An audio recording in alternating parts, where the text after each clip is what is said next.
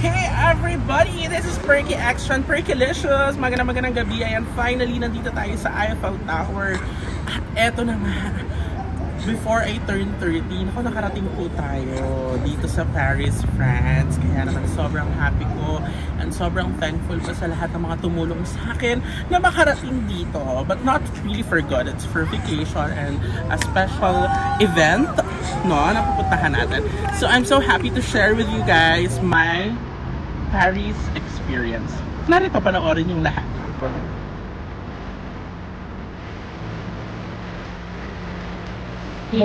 So for first night with Dennis, hello, all the way from Sweden. So grocery time muna kasi walang tubig sa hotel. Walang tubig sa hotel. And food na rin para sa breakfast namin kasi wala ring breakfast.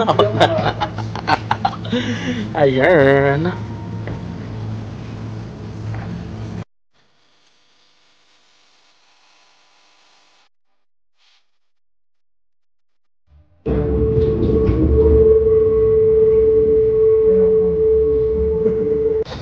Good morning, Paris! Dennis! Hello. And right at our back is the infamous, the very famous Eiffel Tower. Ganun na nga po.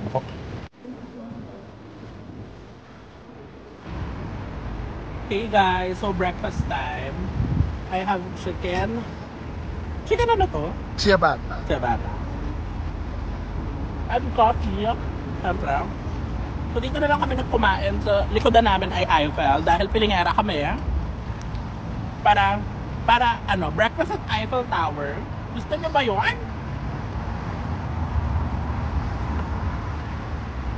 How's the experience? Guys, we are just starting and I'm loving it.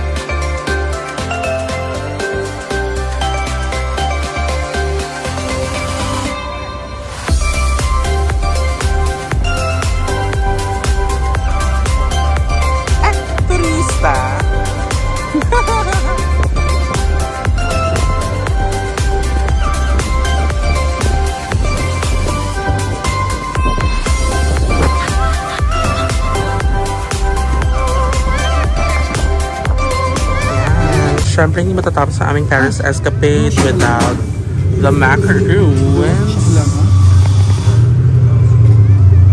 Croissant. Nagdusong.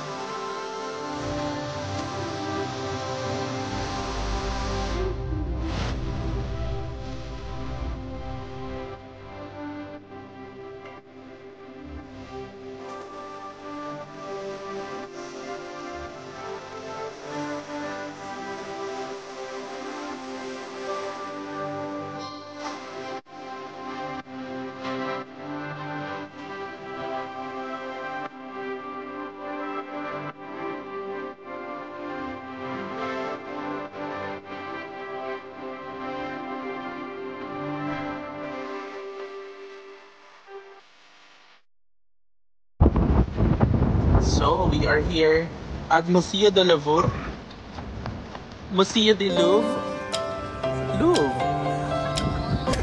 Ayan na nga po, nakarating na tayo ng Louvre Museum dito sa Paris, France. At hanggang labas lamang po tayo dahil sobrang daming tao sa labas, ay sa loob na nakapila. Papasok sa loob.